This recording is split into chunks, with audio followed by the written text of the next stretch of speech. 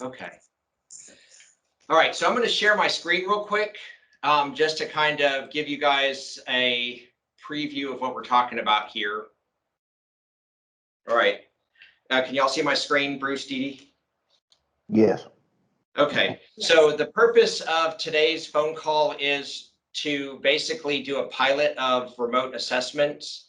And we're going to be using the we're going to be remotely assessing Alex doing a test flight procedure on a drone. And obviously we want to make sure he's competent at that, but the bigger reason we're doing this is really to look at how remote assessments work and try to figure out what best practices are. So if you see my screen, again, the purpose of today is an observation of remote assessment for UAS Test Flight Sequence. And the objectives today, number one, is we're going to be evaluating the effectiveness and applications of remote assessments. And then we're also going to look to capture best practices. So for our agenda for this phone call is, first, we're going to do an overview, which is what we're doing right now, talking about the agenda. Then we're going to do the actual assessment. And then we're going to show you the behind the scenes of what's going on and how the things that we put together to make this assessment work. And then we're going to do a debrief afterwards. And in the debrief, the two questions that we want to focus on are, number one, how confident are we?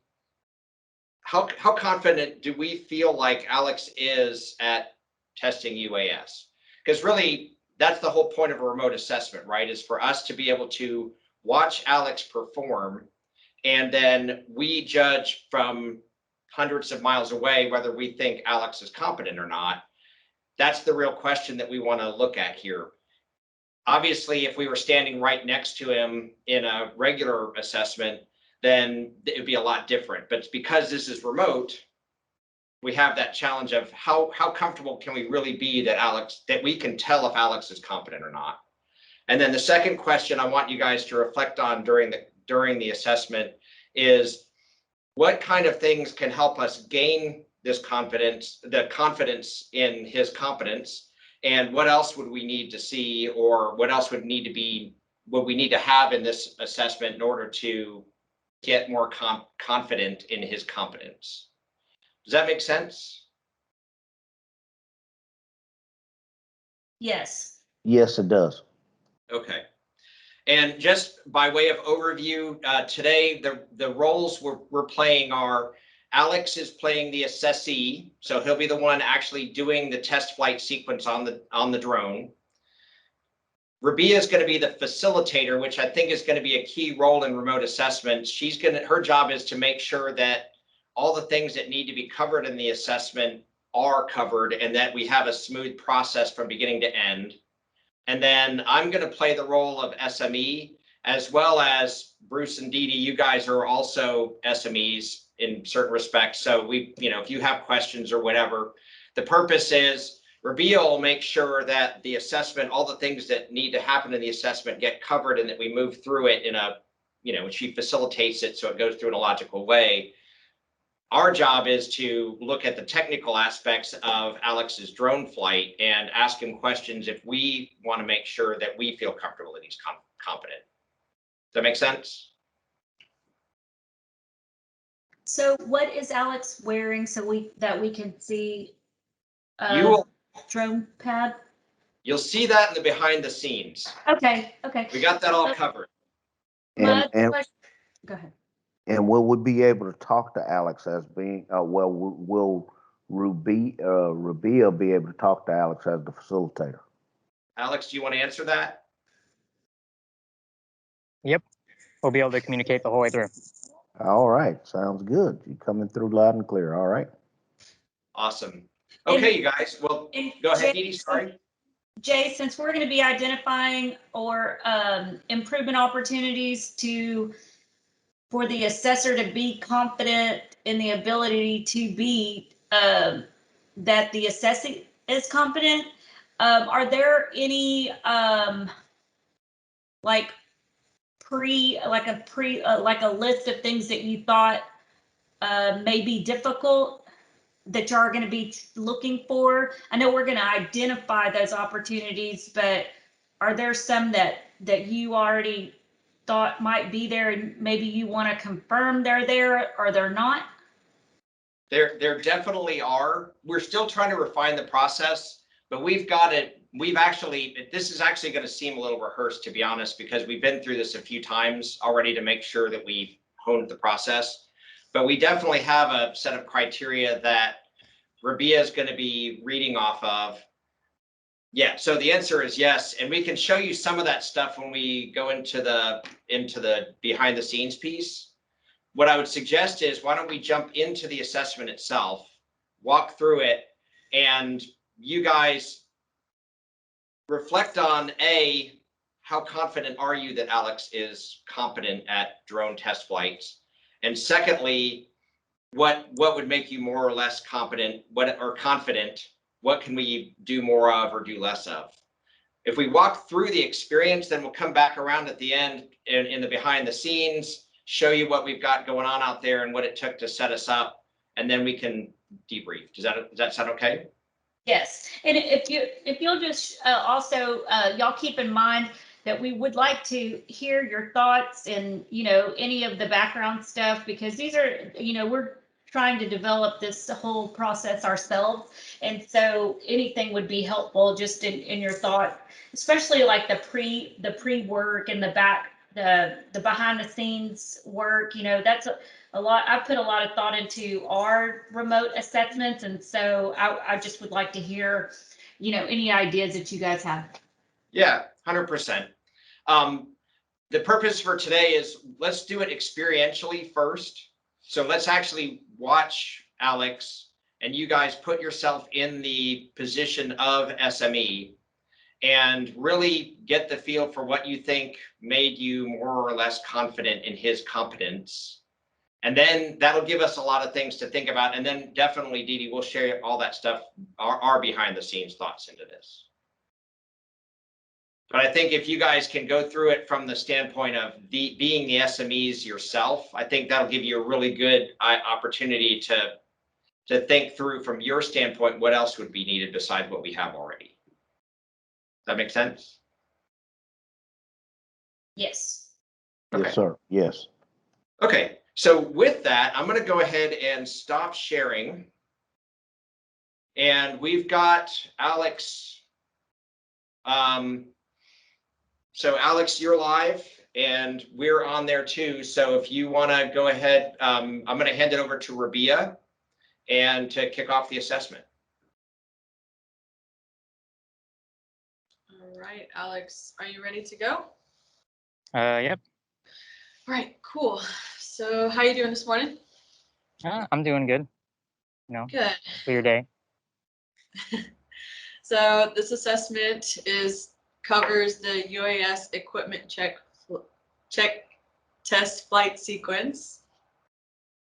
So since I'm not there, it's important for me to make sure that this is a successful assessment on basic UAS safety and operations. Right, are you ready to start the assessment? Yes.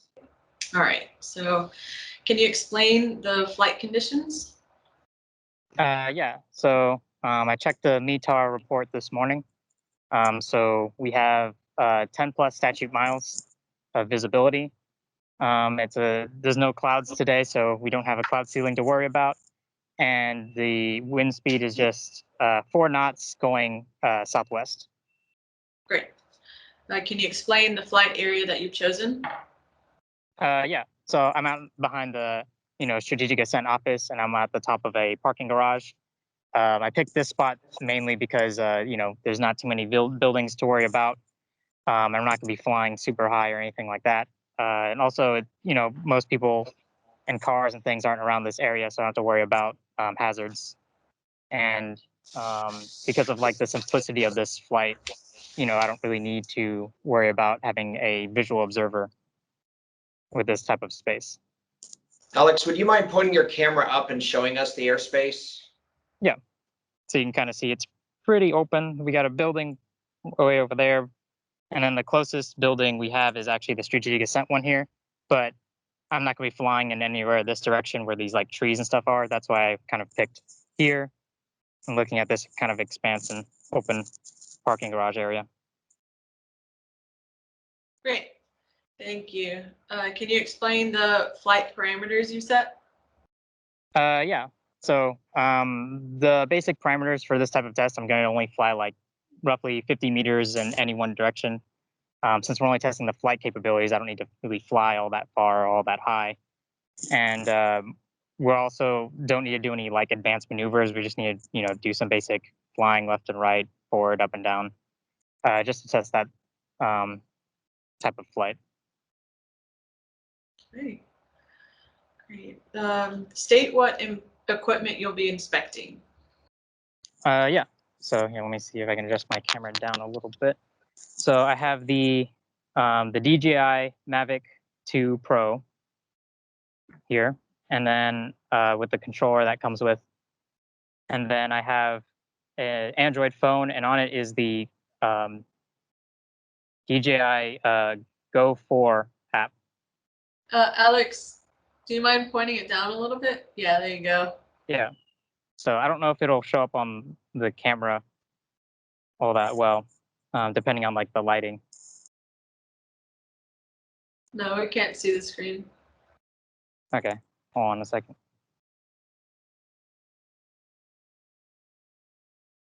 I'll show you the app a little bit. Maybe if I get a little bit closer. No, the reflection of the sun. Oh, you can see me. It looks more Yeah. like a mirror. And maybe if you turn around, the sun might. No. No, we can't see it. But yeah, Alright. it's the DJI Fly or Go 4 app. Perfect. All right. State what documentation you will be referencing.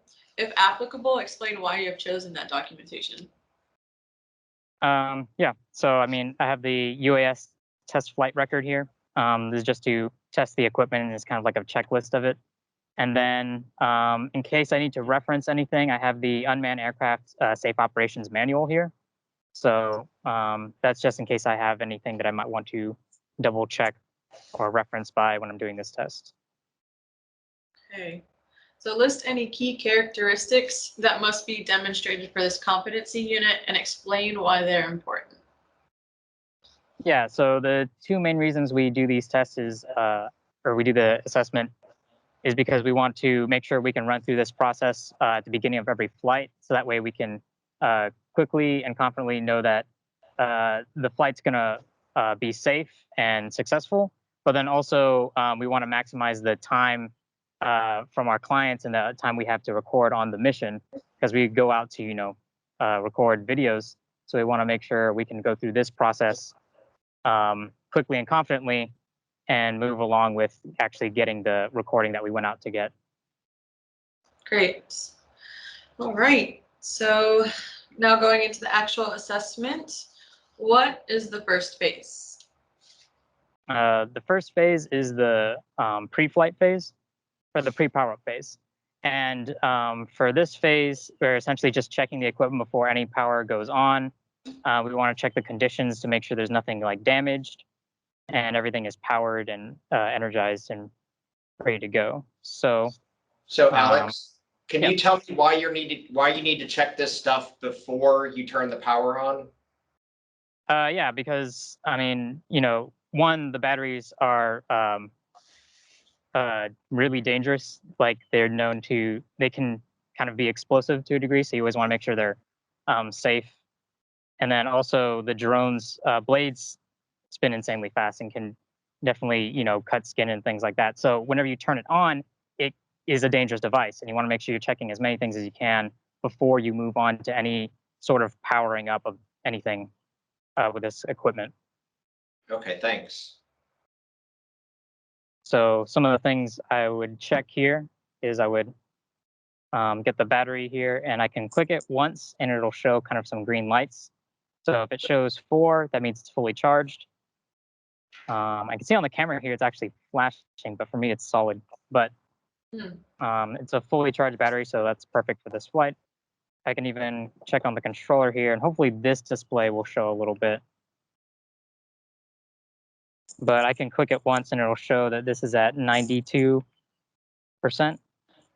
So the controller is also charged.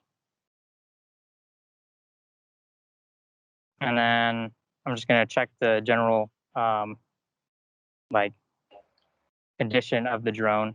So there's no like damages or scratches or anything like that.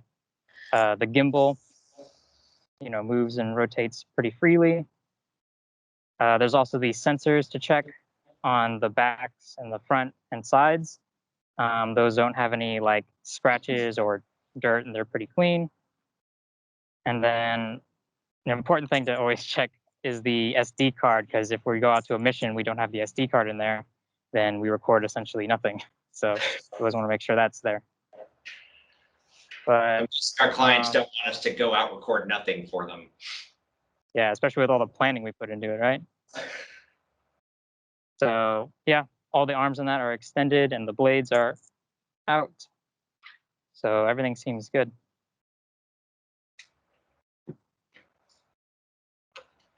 Right. Good job. So can you explain to me what the second phase is? Yeah, the second phase is the power up phase. So at this point, I would be inserting the battery and start powering things on. And like I mentioned before, the risk kind of increases now that we're going to be powering things on. So we want to do those carefully and sort of in little phases. And then we'll also be just checking the connectivity whenever things are powering up. So we'll be checking, make sure the app and the controller are connected with the drone and things like that. So I'll go ahead and I'll start ahead with that. So I'll put this in. I'm going to walk this out to our landing spot.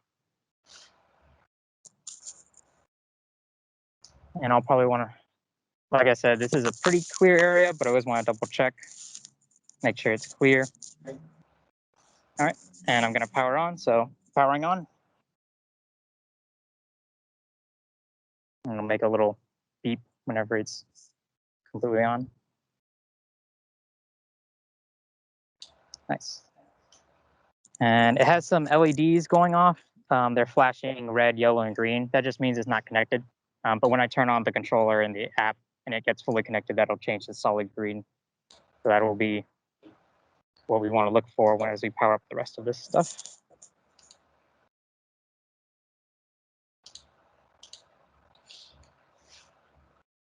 This controller.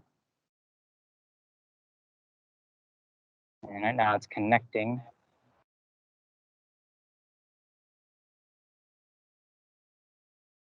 All right, it says ready to go. And I'm going to check the LEDs over there. They flash green, so that means it's connected. However, there's a number of settings that I should probably check on the phone, and unfortunately can't really see it because it just becomes a mirror when I try to get close. But there's a bar at the top of the app that's kind of green, so that means it is connected, kind of like how there's green lights on the drone. Then there's other settings that I can look at, like there's some general settings to look at, as well as sort of the MC settings to check things like the return to home, altitude settings, and like the maximum altitude it will go at, which is at 120 meters is usually the standard, although I won't be flying that high. But if it were to go up to that, it kind of stops at that height. Another thing to double check, especially right when you power it on, is the aircraft battery. So I'm pointing at stuff that you probably can't see, but I can see the different power levels and also the temperature of the battery to make sure it's not at like a, it's not overheating or anything like that. Because like I said, these batteries can be kind of dangerous. And then there's also a low battering warning, which is 15%, which I think I want to bring up to 25%, just to be on the safer side. Although it's fully charged, so it won't really warn us there. But those types of settings are things we want to make sure are on point. Alex, can you, since we can't see your screen, can you give us some examples on that main screen? Yeah, can you give us some examples of some of the things you're looking at on that to make sure that everything's okay? The main screen where you can see the Status. The status. Yeah. Yeah, so you can see things like the flight mode, which is in position. You can see the compass, which is normal. So that means it knows it's kind of like GPS and orientation. The IMU, which is normal. The maximum altitude is also on this list. The maximum flight distance. The ESC status is normal. Vision sensors are normal. The remote control is on mode 2.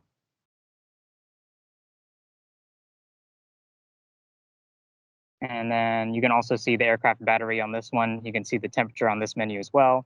It's at 28.6 Celsius, and the aircraft battery is at 98%. The gimbal status is normal. You can also see the remaining SD card capacity. So we have plenty of space on that. It has it in megabytes, but it's definitely. And then the internal storage as well has a little bit of its own space, so 791 megabytes. Okay. So based on what you're seeing, do you feel like you're that the aircraft is good to go from the pre-flight phase? Yeah.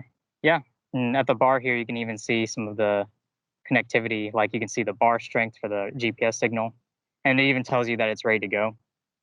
So this drone is definitely ready to fly. Okay, good. Great job. So what is the third phase?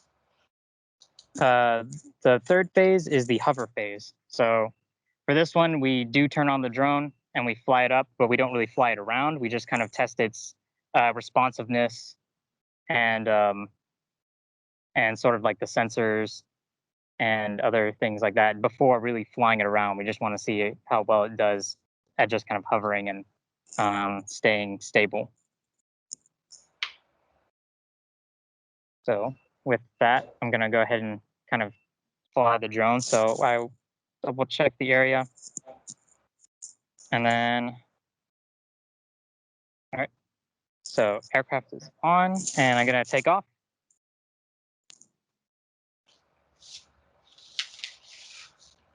Alex, can you walk us through what you were doing to make sure the area is safe?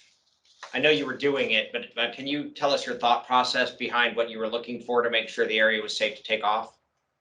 I was just looking around, the ground area to make sure there was no one maybe like walking around or any cars, but I didn't expect any. But I also checked overhead to make sure there wasn't anything like flying, because on occasions there can be helicopters that definitely wouldn't be flying low enough for like this test to be an issue, but you always just want to check the airspace anytime we're flying. So that's one of the things I was looking at.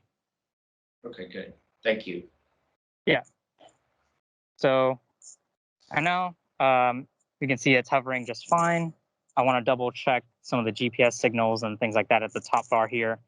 And it does say it's in flight, it's green, so it's still connected. The signal is strong. All those settings are normal. So one of the other things I want to test. Oh, you have a question? You're fine. Okay. One of the other things I want to test is it has some sensors, so it can tell when it's nearby an obstacle. And so I'm going to kind of take this clipboard here, and I'm going to kind of be behind it. It's usually pretty sensitive. Yeah, you can even see from this distance that it's sensing there's an obstacle. And it can even sense sort of the distance. So you can hear, I don't know if you can hear that beeping. Yeah, we can hear it. Yeah, so that means that there's something kind of close. And if I were to get a little bit closer, it says, hey, gives me a stronger warning. So that's kind of the back side of it, but we want to test the front as well. So I'm going to walk around.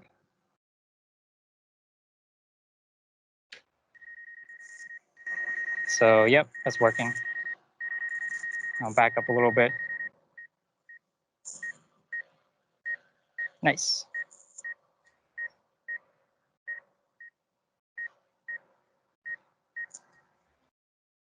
So I'll go ahead and I'll go back to my spot here. So Alex, when So you're this- walking up to the drone like that, how do you make sure that you're safe? I maintain like a distance, and I pay attention to the sensors for sure. Okay, And good. yeah. So the next thing I want to test is sort of its responsiveness on when it flies. So I'm just going to be moving the joysticks just a little bit to test, make sure that when I move it, it moves in the direction I expect. So we want to move right a little bit, left a little bit, forward, backward. We want to move up and down. And we also want to check the rotation, moving left and right. So you can even see that whenever I rotate the back end or the front end towards me, it can kind of sense. So those sensors definitely are on point. So that's the responsiveness. Something else to test is the return to home. So whenever it lifts off, it uses the GPS to automatically find like a return to home point, so it knows where it landed. So we want to test that return to home, because if we're flying out, we need to like land it. We want to make sure that it returns to home properly. So I'm going to test that by clicking here, return to home and land.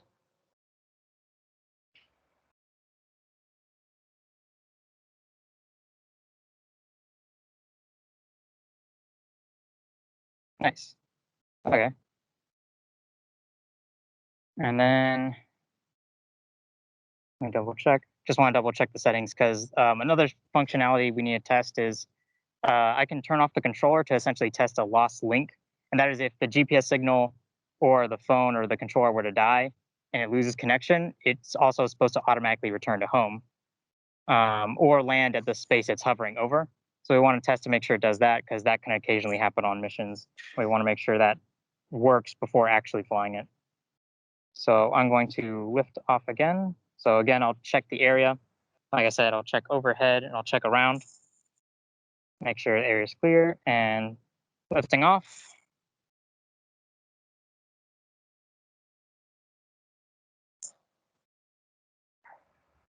All right. I'll fly it up a little bit, maybe forward just a little bit, so make sure it has a clear area for landing.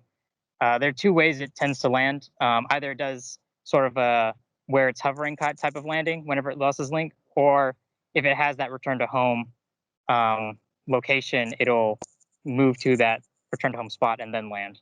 So I want to make sure that both areas it's over, it can land safely if it, depending on which one it does. So to test the lost link, I'm just going to turn off the controller. It's shut down, and it'll take a few seconds to make sure that it actually has lost link. Can you point your camera up a little bit so we can see the drone? So you can see the lights are yellow. That means it's lost connectivity. And it's kind of waiting to see if it picks up that signal again before landing.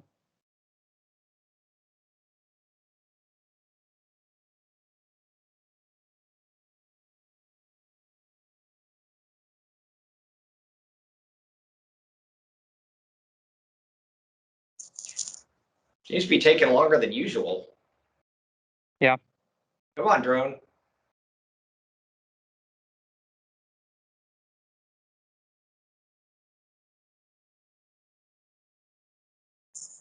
So this is definitely why we test these things. Make sure they're working. So I'll go ahead and I'll turn the controller back on.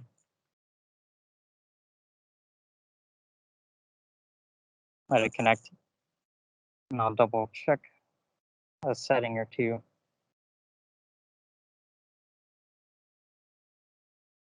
Maybe also try flying out a little further. Go out maybe past the 20-meter point.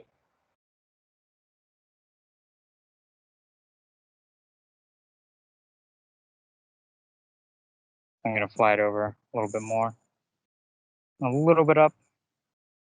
And then we'll try it again. But let me double check the return to home setting on here. I know they update the software and the firmware on these things, and sometimes change the way the drone behaves. So it may be that like I've noticed a recent firmware update is that it doesn't return to home when it's close. So maybe bringing it out further might force it to do that. And they may have updated it recently to where it, if it's really close, that it just stays there until the connectivity comes back. Yeah, so I'll definitely fly it out a little further. And I'm going to try the lost link again. Can you show us the drone again? There you go. It's kind of far out there, so I don't know how well you can see it. There we go. So yeah, it flies up. Can you And I point up? There we go. Sorry, what were we gonna say? I double checked the return to home setting, so that way it's at 30 meters rather than like the 120 that the height altitude was maxed at, because we didn't want it flying too far. So I don't think I could point the camera that high up. It's like pretty much right above me. I'd be breaking my back to do that. You don't want the assessment to actually put you in a dangerous back-breaking situation. Yeah. How's the drone doing though? Is it coming back where you expected it? Yep. It's returned right above the general landing area, and you can kind of see it now. Adjusting itself to get right on the spot.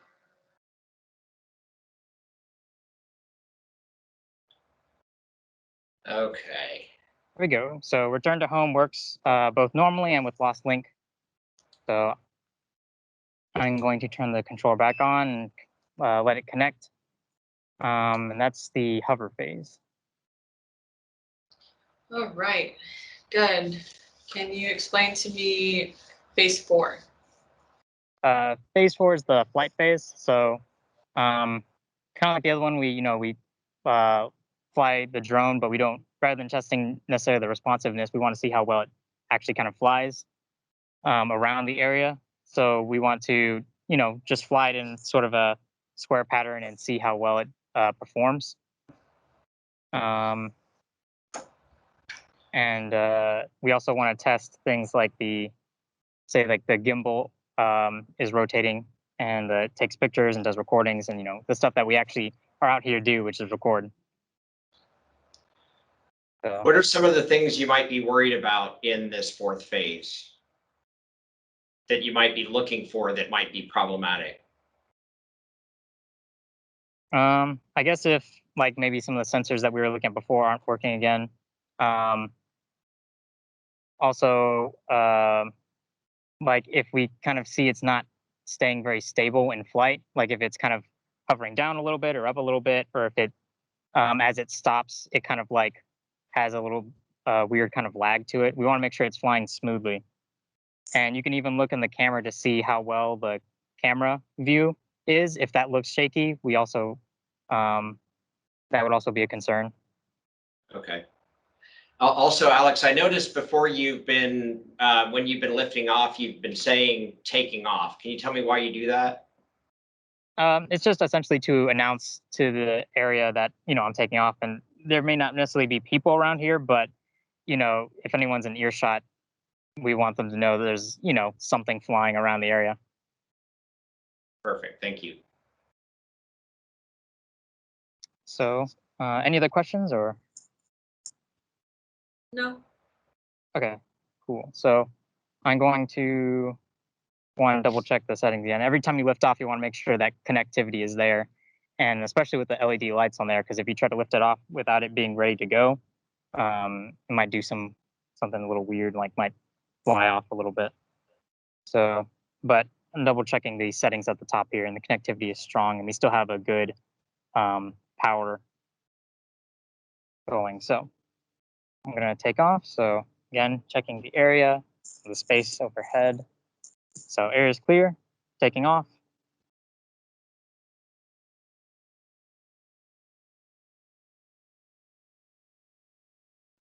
All right. So like I mentioned, I'm going to be flying a little bit, and this might be a little bit hard to keep it in view for this part because I'm going to be flying it a little bit higher. So that way I don't have to worry about these lamp posts here. So it's not necessarily going to be super in view. maybe if I get it further out a little bit, you can kind of see it. Does that look good? It's kind of like at the edge of the screen. Yeah, that's better. Okay. It's a little, And I think for the purposes of today, you don't really need to fly it too far away. Just kind of give us an idea of what you're doing. yeah. So in general, I'm just going to kind of fly it in a square and fly it forward. And I'm going to rotate it.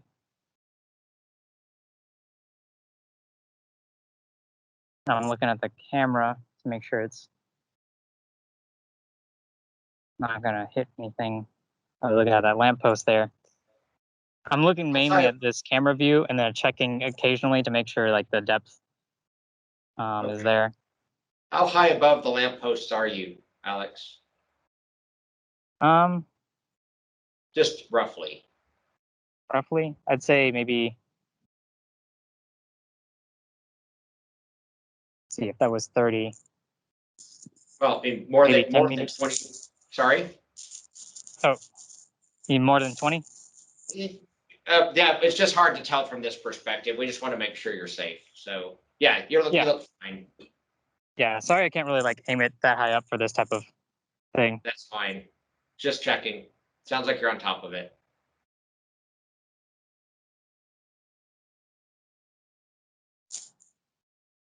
Kind of flying more overhead.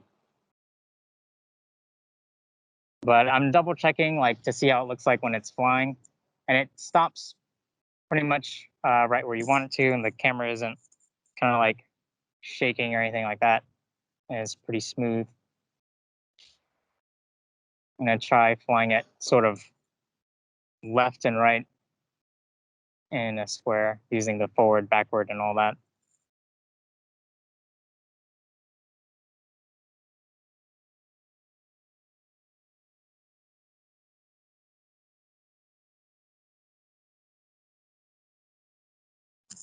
All right. Hovering up and down. Pretty good. I'm also gonna rotate it, see how smooth that is. That seems good.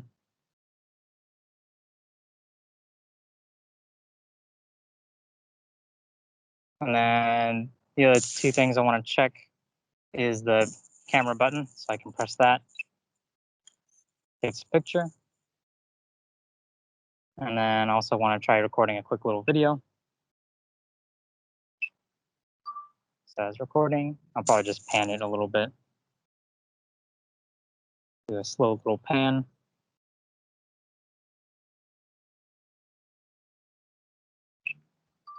There we go. So those also work. So I'd say it definitely flies well. Nothing to really worry about there. So I'm going to go ahead and return to home.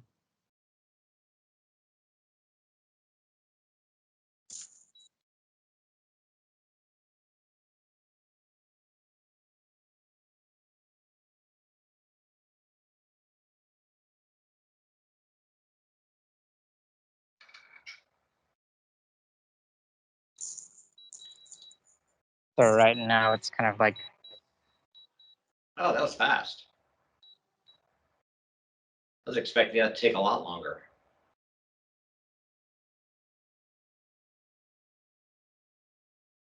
there we go.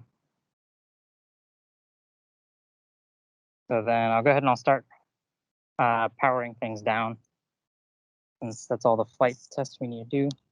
So I'm going to turn off the aircraft first.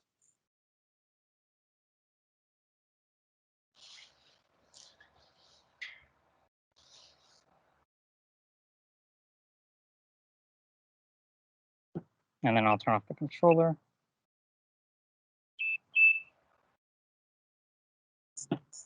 And then last thing is I wanted, like this checklist, the reason why I printed it up was make sure we checked all these things. So, Can you point the camera down a little bit? oh, yeah. So this is sort of the checklist we were looking at. So we checked the power sources. The power source was good. So I'm going to do kind of a check mark equals good for flight. Oh, we can't really see. Here you go.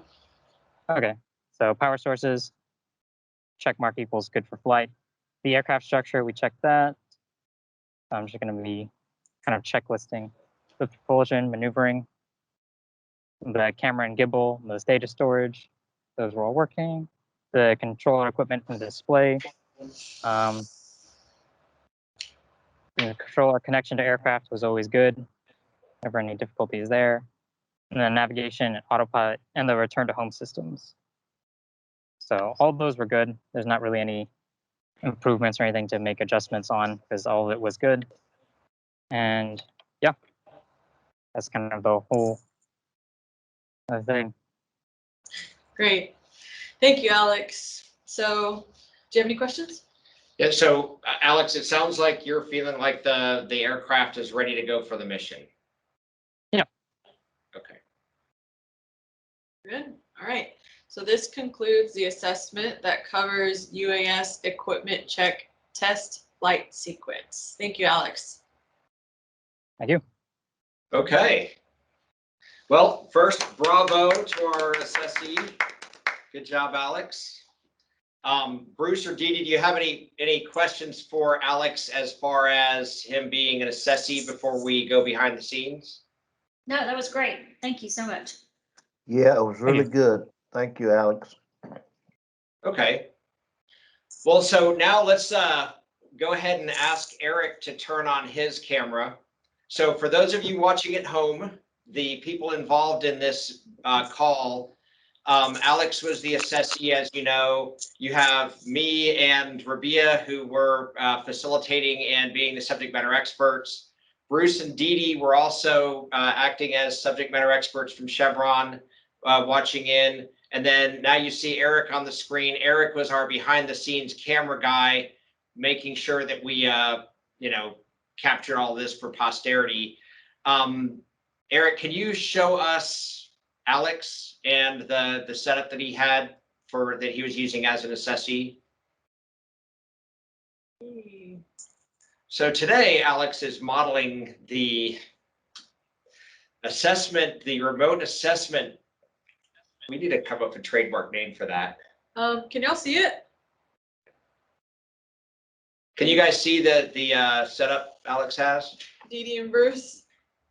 We saw it for a little bit, but now it's blurry. Yeah, it's blurry now.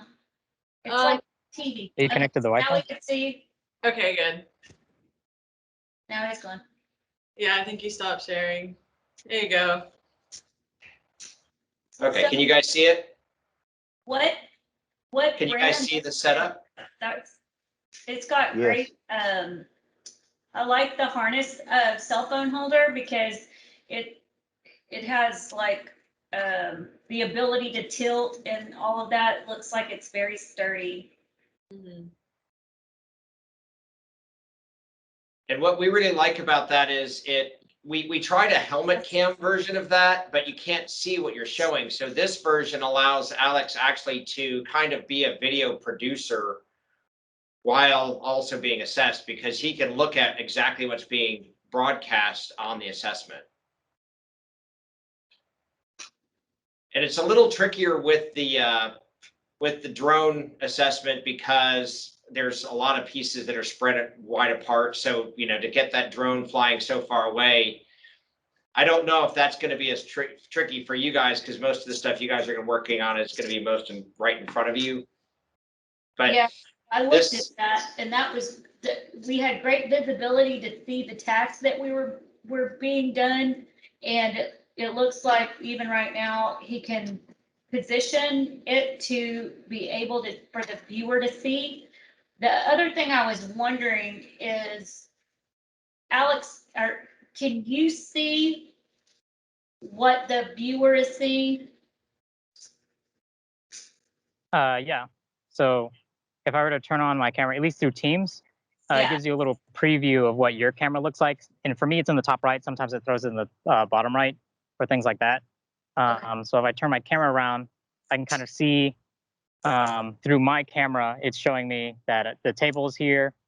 And kind of what gets cut off over here is maybe some of the like the fire extinguisher is right about here, but I can see what my camera sees.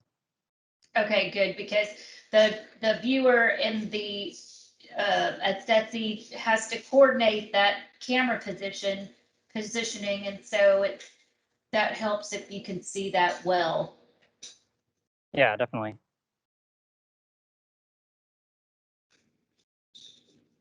So, okay, and that's pretty much for the behind the scenes. You guys are seeing the setup that we had. And we wanted to show you that because, yeah, obviously you can't see it when you're just watching what Alex is seeing. So I guess now maybe we can talk about a few more behind the scenes. Alex and Eric, if you guys want to start packing up, you can just stay on the call so you can listen in and throw in any comments. But I'm going to go ahead and share kind of a few more behind the scenes notes that we have, if that's okay. Sounds good. I'll start packing up. Okay. Can y'all see my screen? Yes. Yes. Okay, so these are a few things that we put together for like the behind the scenes to make this assessment work. And the first part we just talked about, obviously the camera setup is super important. We have that chest harness that we just showed you, and the idea that the assessee can see what they're showing, which we found makes this much easier. Using that helmet cam that we tried actually makes it really hard because you don't know what you're showing. And in this case, we can actually ask Alex, hey, can you point it up a little bit to see some other thing that we need to see, which is important for remote assessment. The next part is, I think, really important for, especially if you guys are working with people out in the field, is to find ways to make the assessee feel comfortable. Because Alex has worn that thing a few times, so you can tell he's used to this. But somebody who's just putting that on for the first time is likely going to be self-conscious, especially if they're walking around with that thing in front of a lot of their colleagues or whatever. And being a video producer, again, we're used to that. The people out in the field might not be. And you definitely don't want somebody failing an assessment because they're uncomfortable wearing a camera. So I think it's really important that we find ways to make the assessee feel comfortable in this kind of awkward position that we're putting them in. And even in some cases, find ways to set them up for success ahead of time, to ask, hey, are you sure you have everything you need? Have you thought through? There's some things that aren't necessarily, they don't have anything to do with the procedure they're demonstrating, but we can still ask them to make sure that they're set up ready for the assessment. The next thing, one of the things you'll notice that Rabia did in the beginning of the assessment is to go through overview information. These videos are going to live on, and they may not necessarily, people might not know what they're doing in what the videos are for. So making sure we spend time in the beginning going through, like, okay, so what are we assessing today? Who's being assessed? Other things like that. And you'll notice that she also had Alex go through the documentation and the equipment that he has out there to make 100% sure that we're all on the same page with what we're doing here. Because somebody else might need to look at this video in the future. We need to make sure that everybody's clear on what this video is about. And with videos, if you don't put that in the video, then that information is getting lost in time, and people might not know the context of it. The next piece is, and you'll notice at the beginning, Rabia went through and had Alex talk about what he did to make sure that that was safe, right? Part of the test flight sequence does not include checking the weather and setting up the parameters of the flight. The reason that Rabia had him do that was because we need to make sure that Alex is safe. And that, in my mind, is the biggest concern with remote assessments, is if you're assessing somebody, that assumes that we don't actually know whether they're competent doing that or not. Otherwise, you wouldn't need to assess them. And if you don't know if they're competent, then you also don't know if they're going to be doing it safely. And in a regular assessment, we'd be standing right there making sure they were safe. In a remote assessment, you obviously can't do that, which means you might be potentially putting that assessee in danger. And you're doing it on purpose. You're purposely putting somebody who you don't know if they're competent or not, and you're putting them in a potentially dangerous situation with no safety net. So one of the things that we thought to do in this is before they even get started with procedure, asking them some very specific things that they did to make sure the area is safe. And you'll notice we even had them point the camera up and show us what the airspace was so that we can check, not just asking him, but we can check to see, okay, it looks like it's safe to us. That's a super critical thing. I think if there's one thing that we take from this is how do we make sure those assessees are safe when we're hundreds of miles away?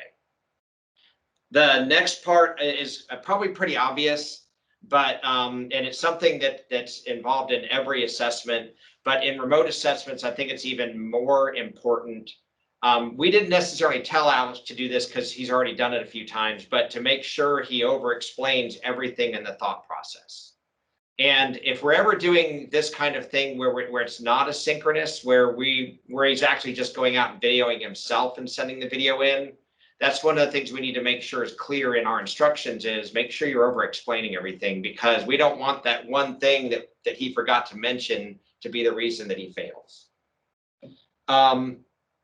You could tell throughout that we were specifically asking him to point the camera.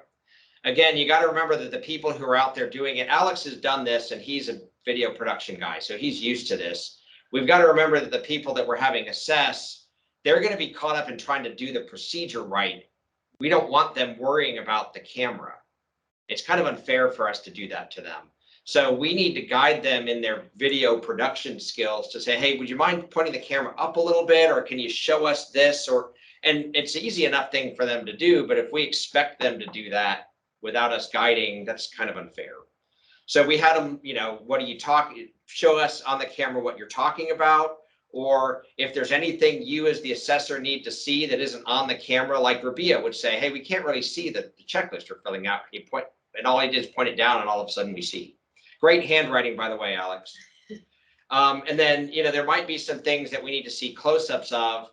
Just asking him to move a little bit closer or further away so we can see it is important.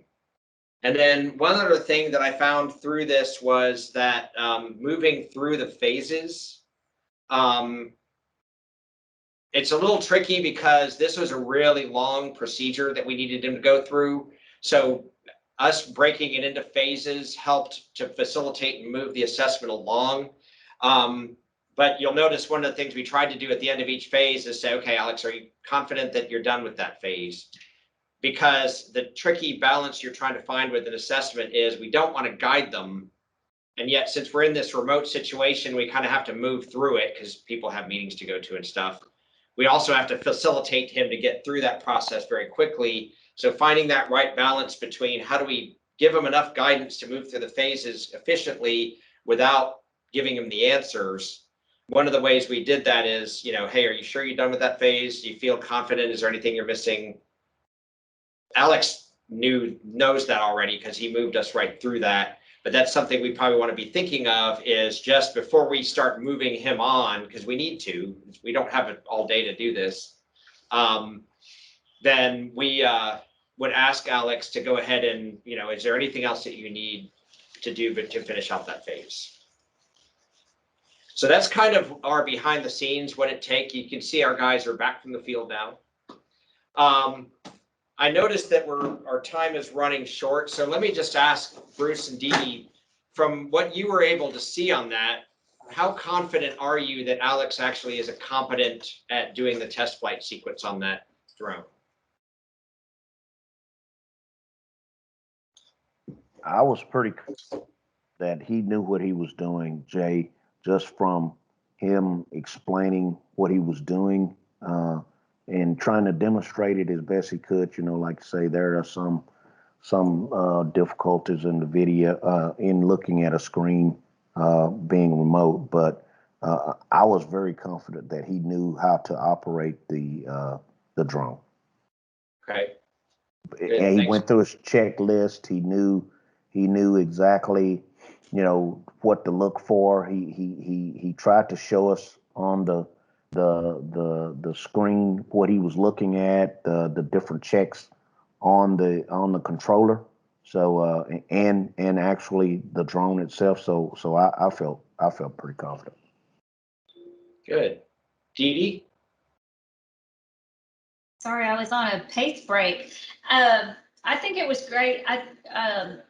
What really stuck out to me is the importance of pre-planning. It was very well coordinated, and him having a checklist out there, not just relying on the assessor to have the checklist, that might be helpful to the assessee. They know what's coming. They know what they need to be over explaining. So that's good. I was able to, everything was visible. I was able to see all of the demonstrations that Rabia asked the questions. I was able to see the demonstrations clearly. So it was good. Good.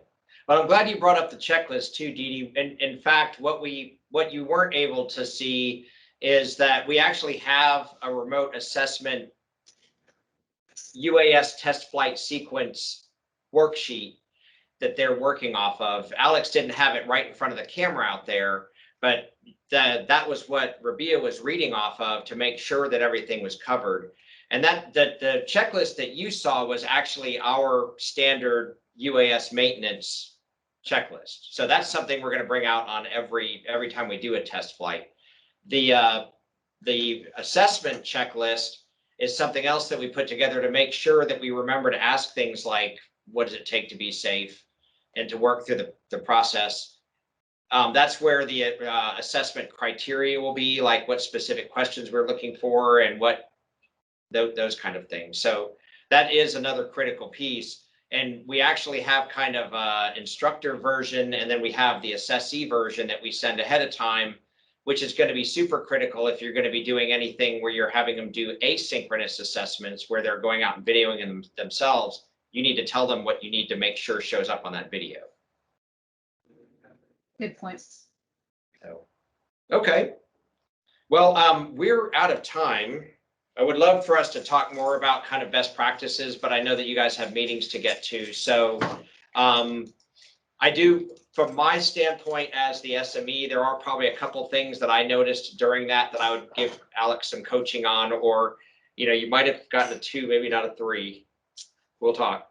But what I think was great about this is I was able to see that on the remote assessment, and I would know exactly what I could tell Alex to coach him on to get him back up to being like perfect. So I think from the standpoint of a pilot of a remote assessment, I think this worked great. And I want to just give a big shout out to all the members of my team, especially Alex, but then also Alexa, Rabia, and Eric for all the work that went into making sure that this remote assessment worked. Because there's a lot of detailed stuff that we put into making this work. Yeah, it's great. Yeah. Appreciate it, guys. Y'all did a great job.